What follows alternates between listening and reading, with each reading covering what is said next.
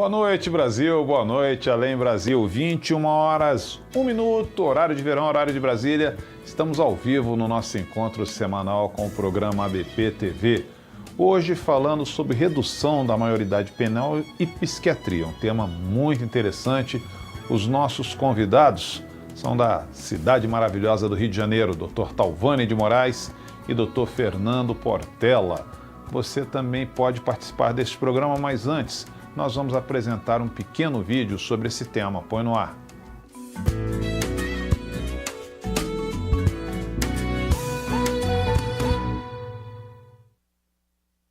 Nesta segunda-feira, o ABP-TV debate a relação entre a redução da maioridade penal e a psiquiatria.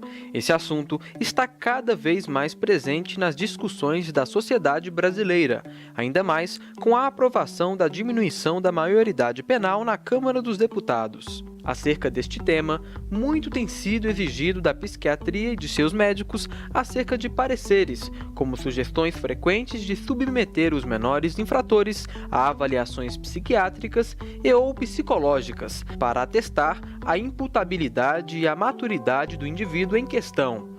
Para discutir essa relação entre o Poder Judiciário e a psiquiatria, o ABP-TV de hoje recebe os psiquiatras Fernando Portela e Talvani de Moraes.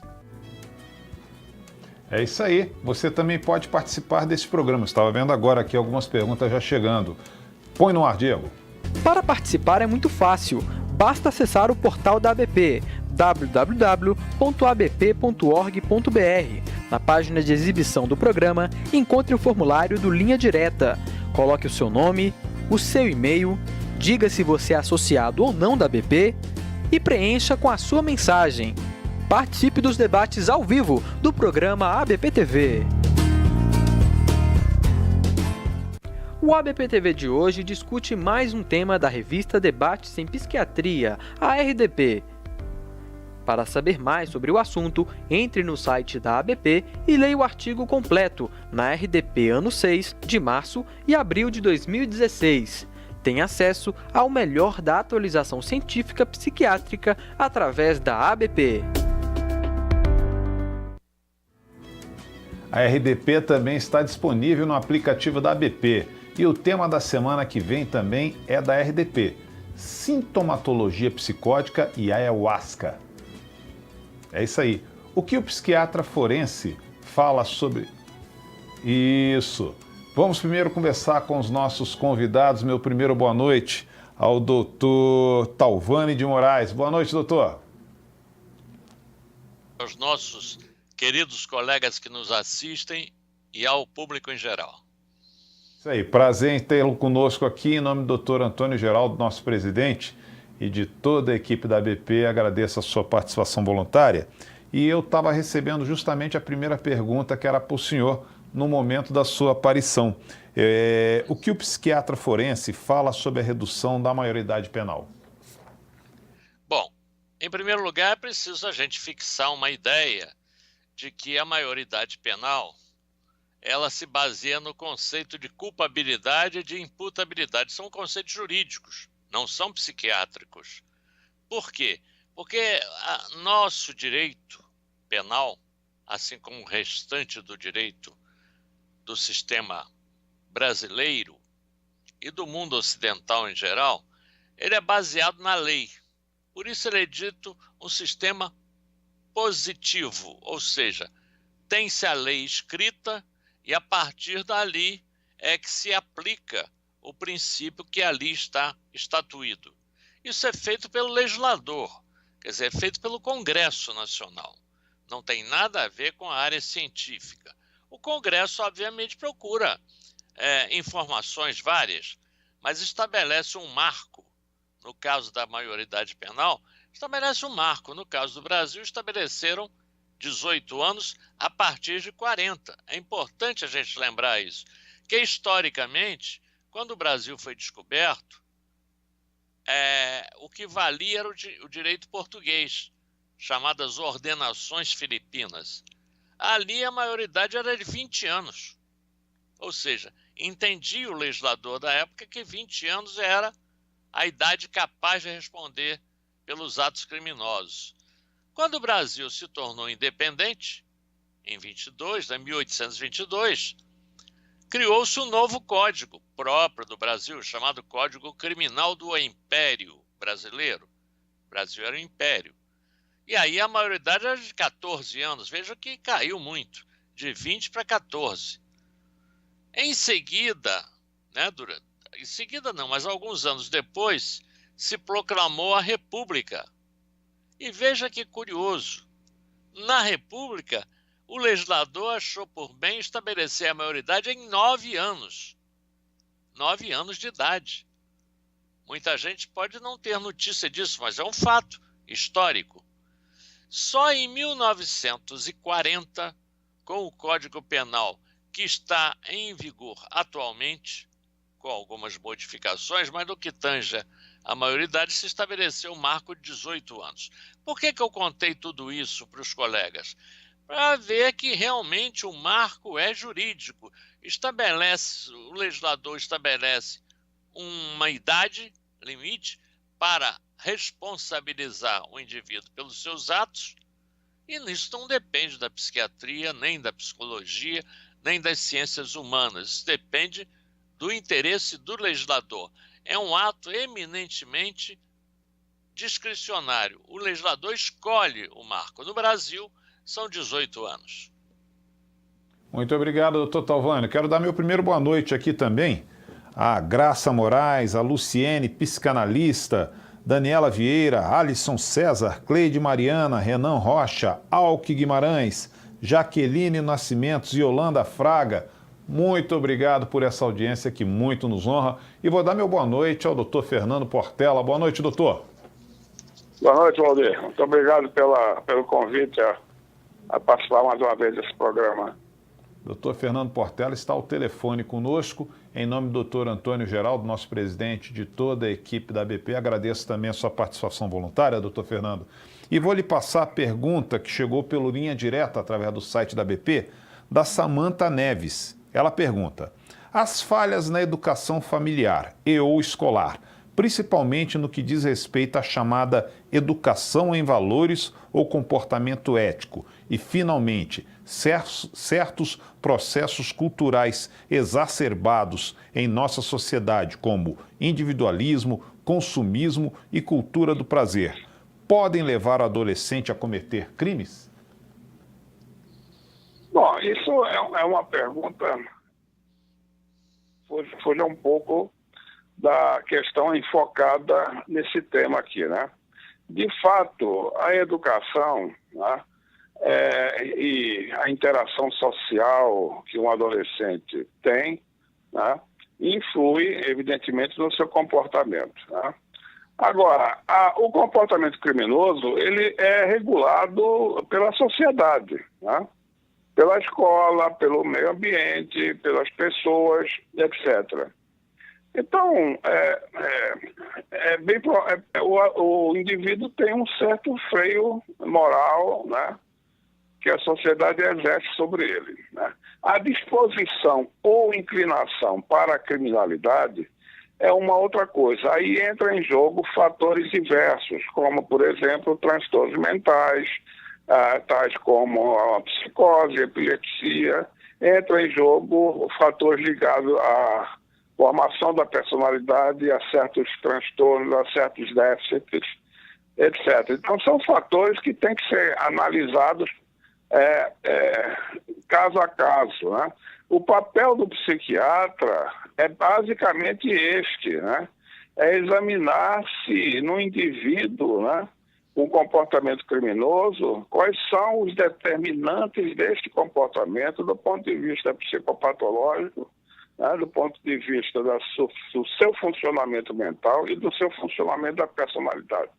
Nessa situação, para nós, as questões sociais são questões muito subjetivas, né, e não são pertinentes para enfocar, né, uma análise assim do comportamento criminoso. Evidentemente, né, é claro que uma educação frouxa, né, a frouxidão moral, por exemplo, que a nossa sociedade sofre aqui, a falta da autoridade, aquela coisa toda, predispõe o indivíduo a certos comportamentos, né, delituosos, né? Mas esse é um comportamento criminoso, tal como o assunto enfocado aqui nesse tema aqui da BP, né? Que é a maioridade penal e que está sendo proposta uma redução dessa maioridade para 16 anos, né? Enfocando somente crimes hediondos, não a totalidade dos crimes, mas somente o crime hediondo, né? Isso é uma questão que, para nós, os psiquiatras, né, é uma questão meramente técnica no sentido de determinar se o indivíduo é ou não responsável pelo seu ato. Enquanto o marco que vai definir isso, esse marco não pertence a nós, psiquiatras. Nós não temos como definir qual é a idade da maturidade plena da consciência do indivíduo, né? Isso é o marco do legislador, da questão da pressão da sociedade e do legislador que define isso aí. Muito obrigado, doutor Fernando. Agora, dá meu boa noite aqui ao Rodrigo Guzmão, psicólogo lá do ABC, Raquel Padilha, psicóloga de Manaus, Juarez Antunes, Keila Shermin. Muito obrigado por essa audiência. Doutor Talvani, vamos responder a pergunta que chegou aqui também pelo Linha Direta. Ela pergunta em que idade o cérebro do jovem atinge a maturidade completa, podendo ser considerado um adulto.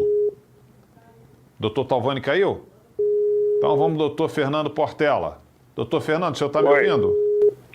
Estou. Ok, então vai para o senhor essa pergunta enquanto nós tentamos reconectar o doutor Talvani aqui no nosso programa. Essa pergunta que chegou pelo Linha Direta. Em que idade o cérebro do jovem atinge a maturidade completa, podendo ser considerado um adulto? Olha, essa é uma questão muito controversa, porque a questão é o que entende por maturidade, entendeu? O que é que nós entendemos por isso? É maturidade cognitiva, né? Maturidade fisiológica, né? Praticamente o cérebro atinge a sua maturidade, digamos assim, biológica, quando se desenvolve no indivíduo seus caracteres sexuais primários e secundários, e ele se torna um indivíduo fértil e começa, então, a sua idade, digamos assim, reprodutiva.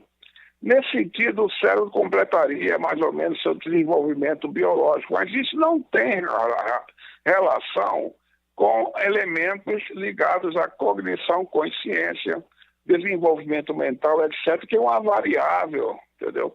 Que pode surgir precocemente ou demorar também. O indivíduo pode estar plenamente desenvolvido, o seu cérebro biologicamente, mas ele pode ter uma maturidade um pouco mais lenta, né, um pouco mais rápida, do ponto de vista da sua consciência, capacidades cognitivas, autoconsciência, responsabilidade, né, compreendeu? E plenitude de suas decisões, viu? Então há uma diferença aqui entre a maturidade biológica e a maturidade, digamos assim, psíquica, né, de um indivíduo. A maturidade biológica, nós temos mais ou menos alguns marcos definidos, né?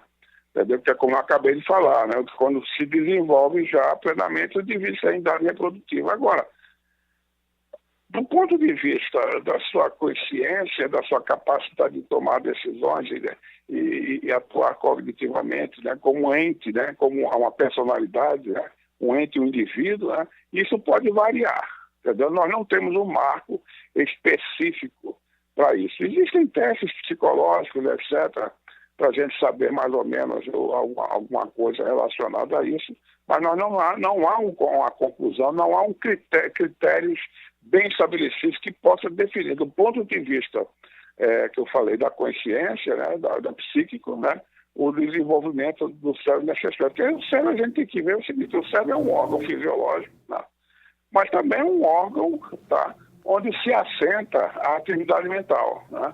Então, quando a gente trabalha com o cérebro do indivíduo, nós estamos dentro de uma dualidade, né? As funções fisiológicas, as funções desempenhadas e as funções que são relacionadas à mente, né? É uma questão complexa, né? Então, o que é o desenvolvimento cerebral? É só biológico ou ele é psicobiológico? Essa é a questão em aberto. Ok, obrigado, doutor Fernando.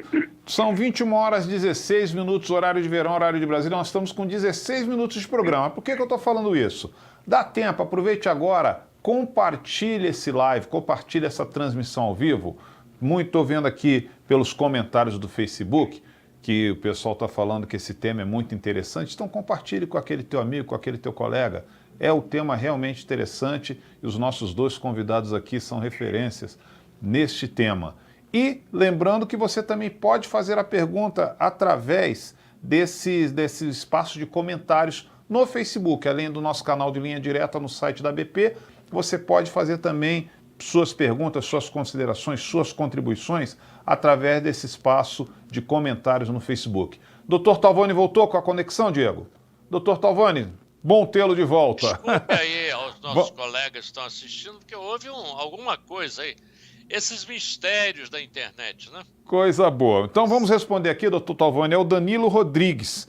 Ele pergunta, quando o menor não possui a capacidade de compreender a ilicitude de sua conduta e de agir de acordo com esse discernimento, o psiquiatra diz que o agente é inimputável e, dessa forma, ele está isento de pena pela ausência de culpabilidade? Esse é o que é o ponto fundamental aí na questão da maioridade e da minoridade, né?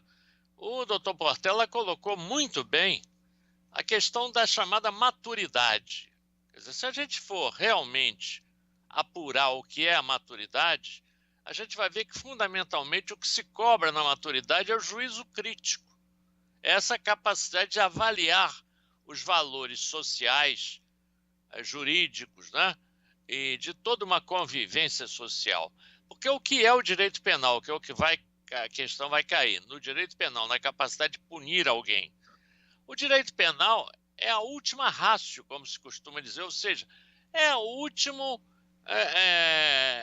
esquema de tratamento que a sociedade elenca. Não se deve começar pelo direito penal, deve-se começar por outras medidas educacionais, como foi muito bem colocado aqui anteriormente, familiares, tá? Questões de socialização do indivíduo. Por quê? Porque, na realidade, como o Portela muito bem disse, nós temos um desenvolvimento mental fisiológico, tá? Natural, mas assesta-se a isso no ser humano uma diferença. É que, para a formação da individualidade, da personalidade, surge o quê? Surge o elemento biográfico. O que o indivíduo vive, o que o indivíduo experimenta em termos existenciais, que família que ele teve, que educação que ele recebeu, que ambiente onde ele viveu, tudo isso se assesta e vai formar a personalidade. Ora, quando se trata de punir alguém, que é a pergunta do companheiro aí, quando se trata de punir alguém, o direito, obviamente, o direito penal, tem que considerar as características individuais. E aí entramos nós, os psiquiatras, porque muitas vezes já há um desvio de conduta marcante do indivíduo, há uma biografia acidentada que vai levar exatamente ao psiquiatra e ao psicólogo, que vão apresentar ao juiz, porque quem julga é o juiz, nunca o psiquiatra, nunca o psicólogo vai julgar, nunca o sociólogo. Quem vai julgar é o juiz.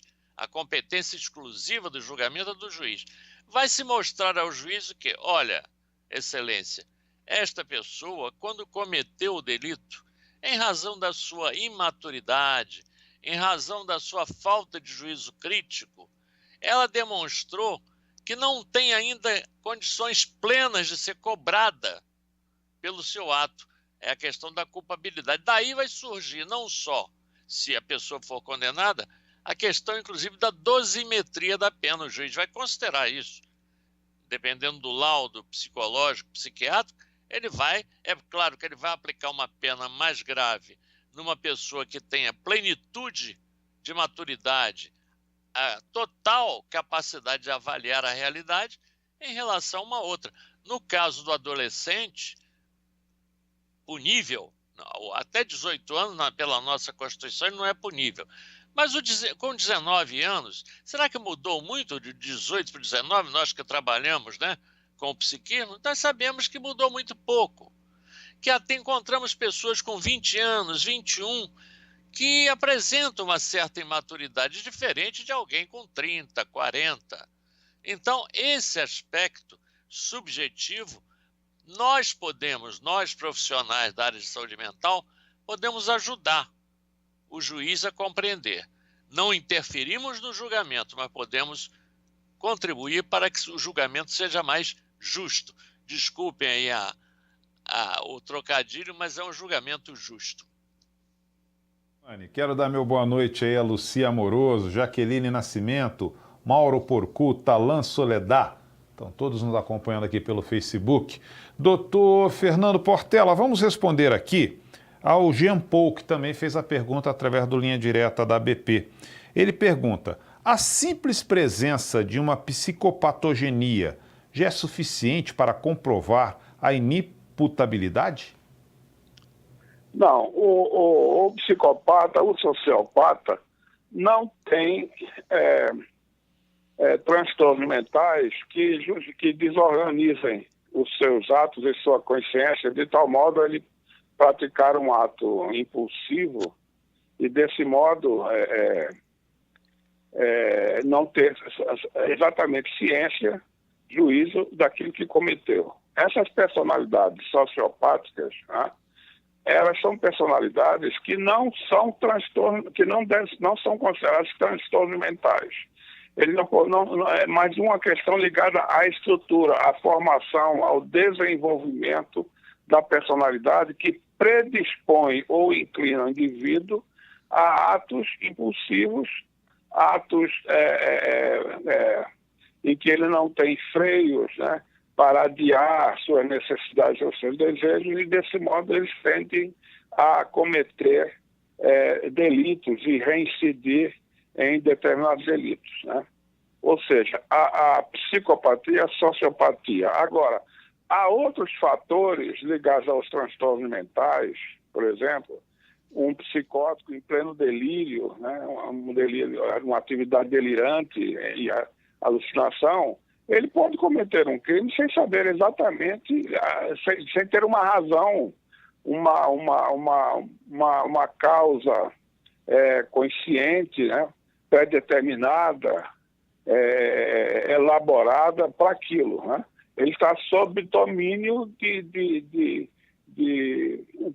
atuações, entendeu? Delirantes que tomam lugar do ego dele, inibe o ego dele e faz com que ele atue de forma desorganizada e não pensada. Aí é um caso, entendeu? Muito claro, né? Evidente, né? Que pode jogar um indivíduo como incapaz, como inimputável naquela atitude. Ou um indivíduo em pleno surto de uma epilepsia temporal, por exemplo, que ele pode cometer atos automáticos que podem levar também, eventualmente, a atitude desse tipo. Isso tudo é avaliado do ponto de vista da personalidade do indivíduo, né?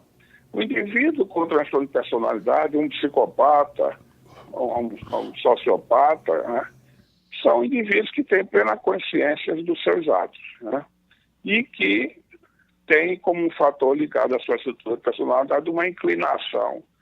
Isso não é, de forma alguma, uma maneira de tornar esse indivíduo inimputável diante dos seus atos. Obrigado, doutor Fernando. Doutor Talvani, e a redução da maioridade penal não entraria em conflito com o Estatuto da Criança e do Adolescente? Essa é uma questão, volto a dizer, que é do campo, né, legislativo, mas tem sido muito discutido, até porque, além do Estatuto da Criança e do Adolescente, além do Código Penal, a Constituição do Brasil, de 1988, que é que está em vigor, ela, no artigo 228, ela fala da maioridade aos 18 anos, ou seja, você teria que mexer em algo que alguns juristas, não é o caso da gente discutir isso aqui, mas alguns juristas interpretam que, por estar na Constituição e tratar-se da questão de pessoa, né, maioridade, menoridade, etc., é considerado direito da pessoa e, portanto, uma cláusula pétrea. O que quer dizer isso? Não se pode mexer. A própria Constituição, em um artigo específico, ela diz que não será possível alterar as cláusulas pétreas, ou seja, aquelas que deverão ser sempre assim. Então, isso veda qualquer possibilidade de mudar, mas isso é uma questão jurídica, né? Não é o tema nosso aqui. Embora eu seja também advogado, mas não é para discutir isso aqui. Agora, do ponto de vista psiquiátrico, que é o que o Portela colocou muito bem, a inimputabilidade, ela existe para aqueles que são menores de 18 anos, como também aqueles que, em razão de uma grave doença mental, ao agir criminosamente, eles têm o seu juízo ou a sua vontade diretamente influenciado pela doença. Esse ponto é um ponto até fascinante para nós da área de saúde mental, porque muitas vezes há um pensamento equivocado por parte de alguns juristas, promotores, defensores, juízes, achando que o fato de alguém preparar-se para atuar, ou seja, a premeditação, alguém adotar uma conduta de atrair a vítima, tudo isso poderia denunciar que ele é plenamente capaz, né, de responder pelos seus atos. E muitas vezes eu tenho alguns casos concretos, eu trabalho muito com a justiça criminal, alguns casos concretos que são didaticamente perfeitos para demonstrar isso. Tá?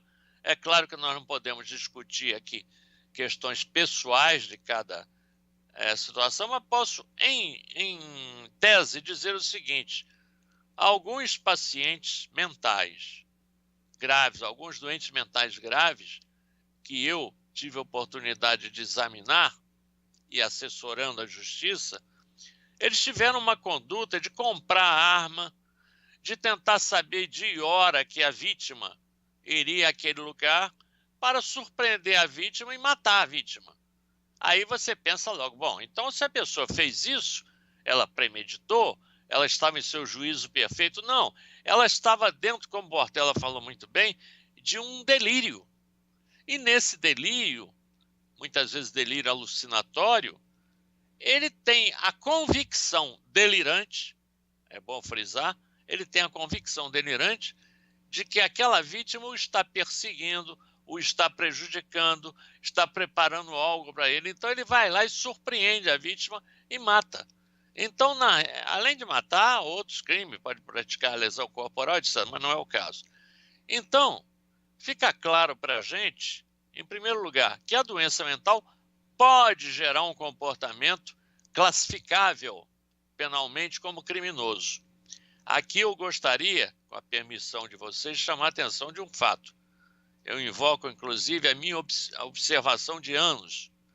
Eu faço psiquiatria forense há 50 anos. Então, eu vi muitos casos.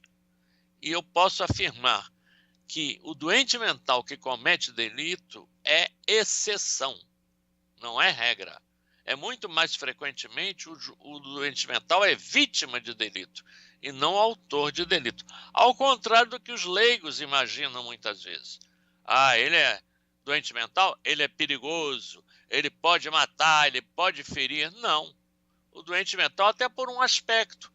Certos crimes sofisticados, que nós assistimos aí no dia a dia do noticiário, eles exigem até um certo grau de pragmatismo, de juízo crítico, de capacidade de ordenamento na ação. Nós temos certeza, muitas vezes, assistindo a essas questões da corrupção que a imprensa divulga, que ali não existem doentes mentais. Se existissem, colocariam todo o projeto, o plano daquele grupo criminoso em risco. Então, doente mental comete sim delito, mas é uma minoria. A maioria deles é vítima de delito. Fernando Portela, como seria feita a avaliação da maturidade psicológica de um jovem? Essa é uma pergunta que para nós psiquiatras é um pouco difícil nós avaliamos a psicopatologia, né? e não o funcionamento normal do indivíduo, porque nós pressupomos que o indivíduo funciona normalmente e que se ele chega em nossa presença, ele está precisando de uma avaliação psicopatológica, né? E que nós vamos investigar se existe alguma interferência no funcionamento daquele indivíduo, né? Em relação ao seu funcionamento mental, emocional, né? O seu humor, né?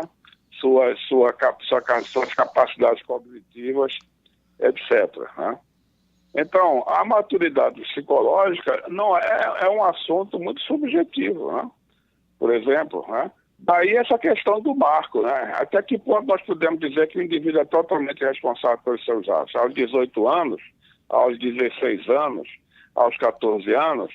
E veja bem, não está a questão do marco, que nós estamos falando aqui, é de maioridade penal. Nós não estamos falando em maioridade civil ou qualquer outra coisa, mas em maioridade penal, né? Então, a questão toda é essa, entendeu? Qual é o marco que nós vamos utilizar? Se são 16 anos, são 18 anos, se são 14 anos, o que seja, entendeu? A maturidade psicológica não é o caso em questão aqui, né?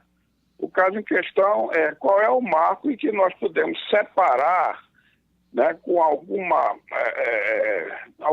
ter algum critério de corte, né, e que nós podemos dizer que tais indivíduos, a partir de tal idade, esses indivíduos serão imputáveis ou inimputáveis, segundo o exame que se faça.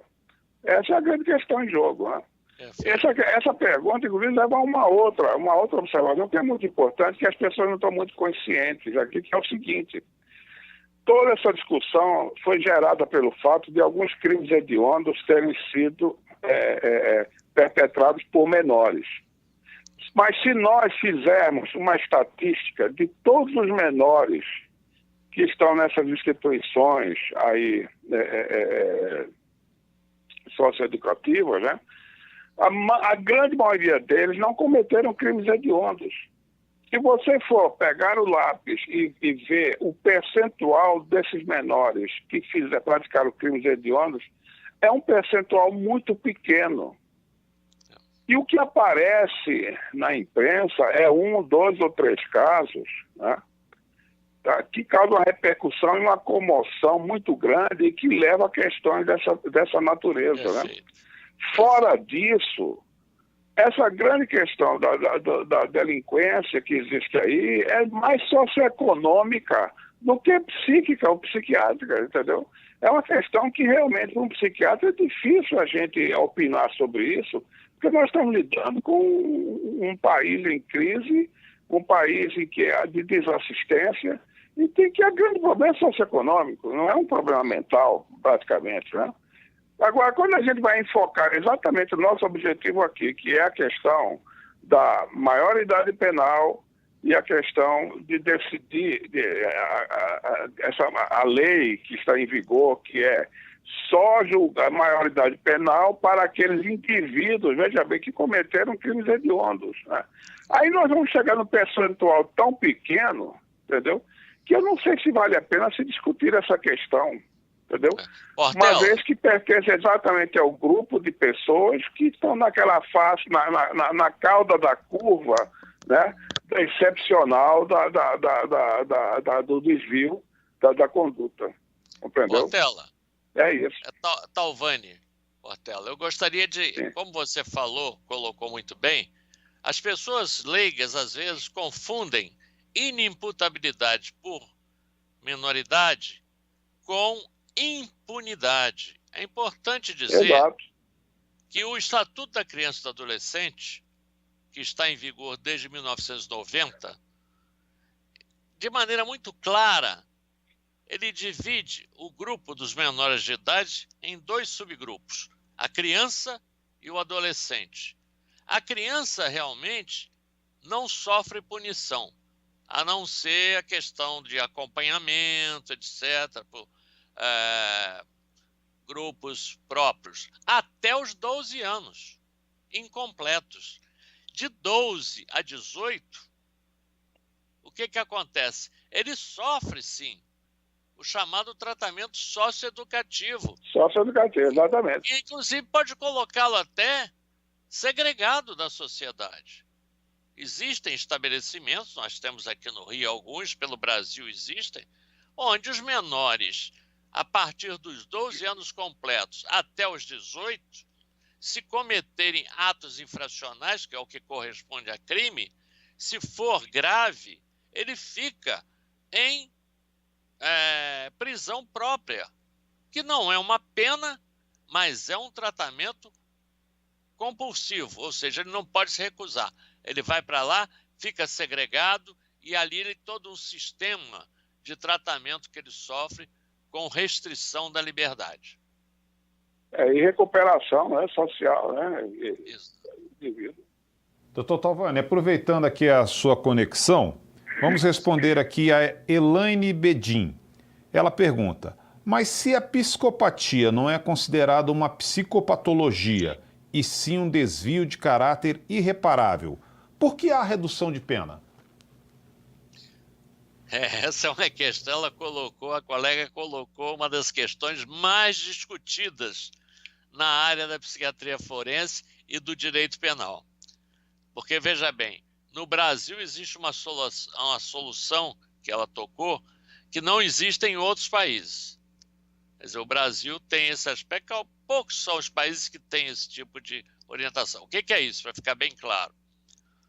O menor de idade, como falamos, ele é inimputável, ele não sofre pena, sofre um tratamento especial.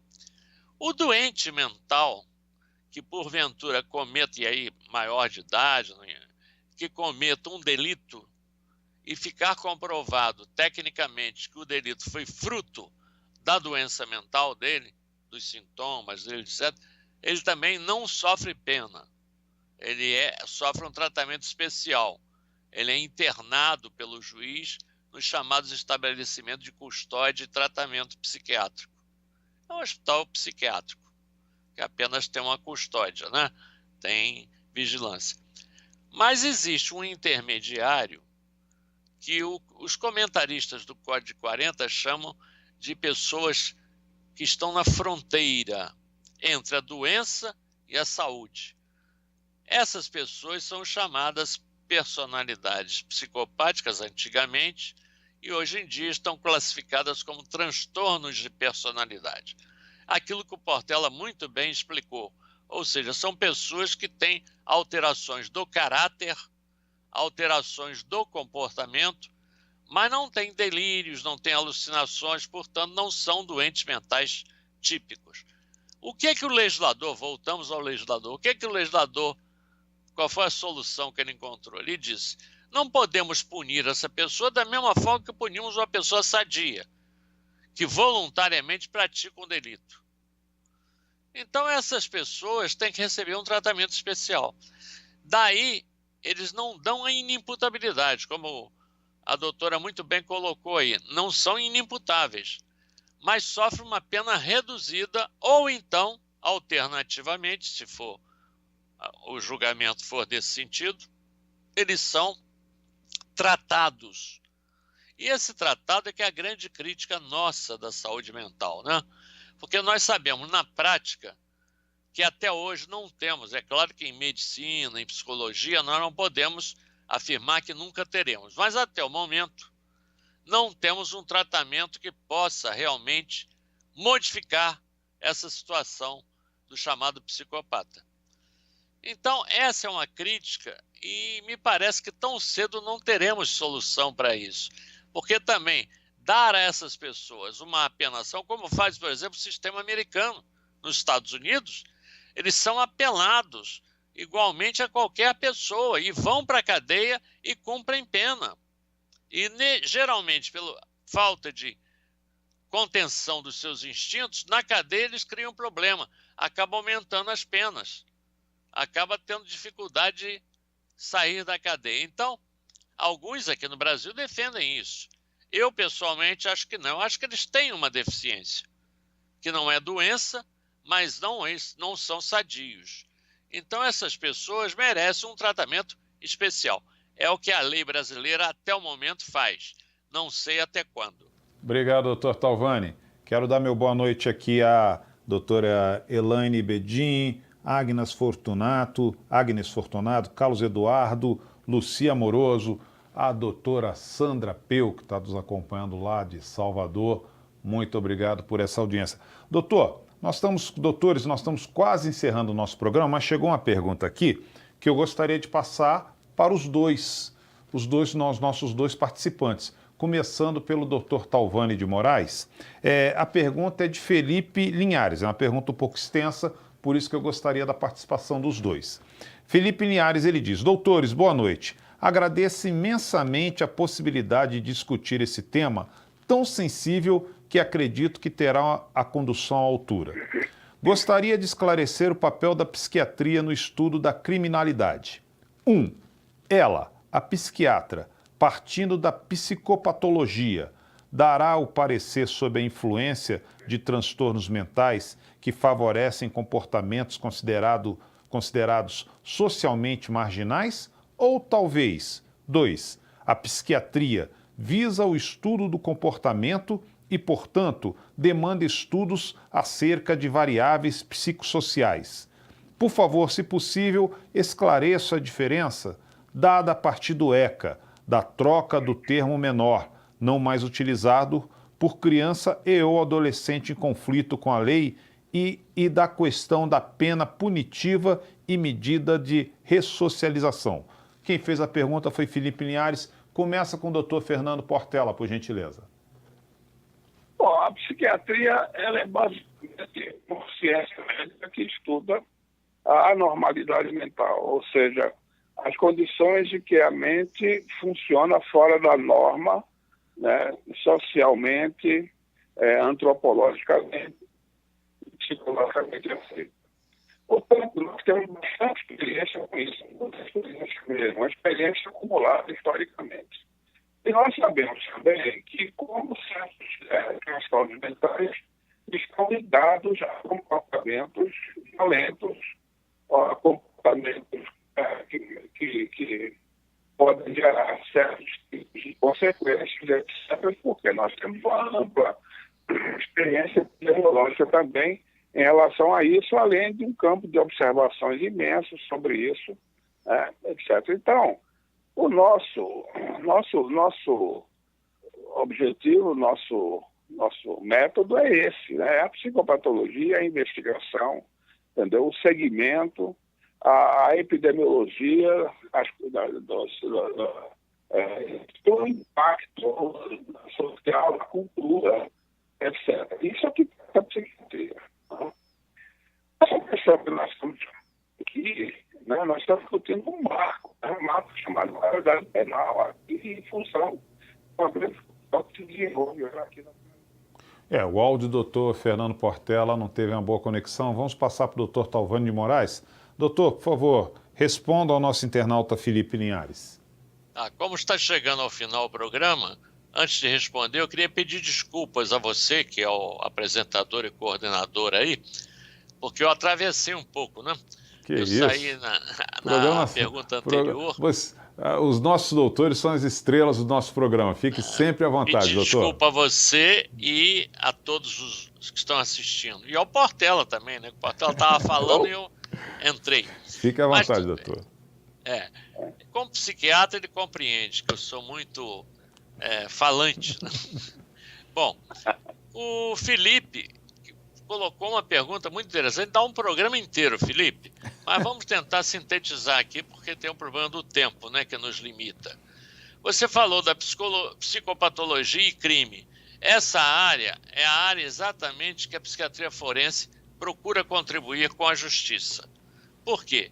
Porque a análise individual daquele que cometeu o delito, no caso se for menor, ele vai tentar identificar o grau de maturidade maior, mas, por exemplo, não vai ser para fins de punição, como eu falei há pouco, porque a lei não permite, mas no caso do maior, a psicopatologia vai contribuir, como Portela colocou muito bem anteriormente, para elucidar a imputabilidade ou não daquele que sofre uma doença mental. Já a questão do comportamento, embora seja estudo psiquiátrico, mas contribui mais para a questão criminológica. Ou seja, o que é isso? É uma ciência derivada dos trabalhos, né, psiquiátricos e psicológicos que procura entender esse tipo de movimento social, porque o crime é um ato social. Tá? A gente às vezes se choca, o leigo se choca quando a gente diz isso, numa manifestação pública, através da mídia, mas é um ato social. O crime só existe quando mais de uma pessoa está interagindo no ambiente. Seguramente, quando o homem era único no alto do Himalaia, aquele eremita, ali não existe crime. Não? Então, esse é um aspecto interessante. E isso é atributo, muitas vezes, da criminologia, que é muito interessante, porque é uma ciência que procura estudar o crime não só individual, como socialmente analisar, né, as questões de crime de guerra, né, as questões de quadrilhas que andam por aí, né, e etc, etc. Então, a diferença básica do ponto de vista didático é isso. Agora, é óbvio, volto a dizer, que a sua pergunta, Felipe, envolve um programa inteiro que talvez a ABP um dia venha a realizar. É a questão da psicopatologia que identifica o individual no crime e a criminologia que identifica com todas as ciências correlatas, psicologia, ciências sociais, etc., identifica as questões criminais que abrangem a sociedade. São 21 horas e 47 minutos, praticamente 10 minutos para as 22 horas, horário de verão, horário de Brasília. Estamos chegando ao final do nosso programa. Gostaria das considerações finais do Dr. Fernando Portela sobre a participação na edição de hoje do programa ABP TV. Pois não, doutor?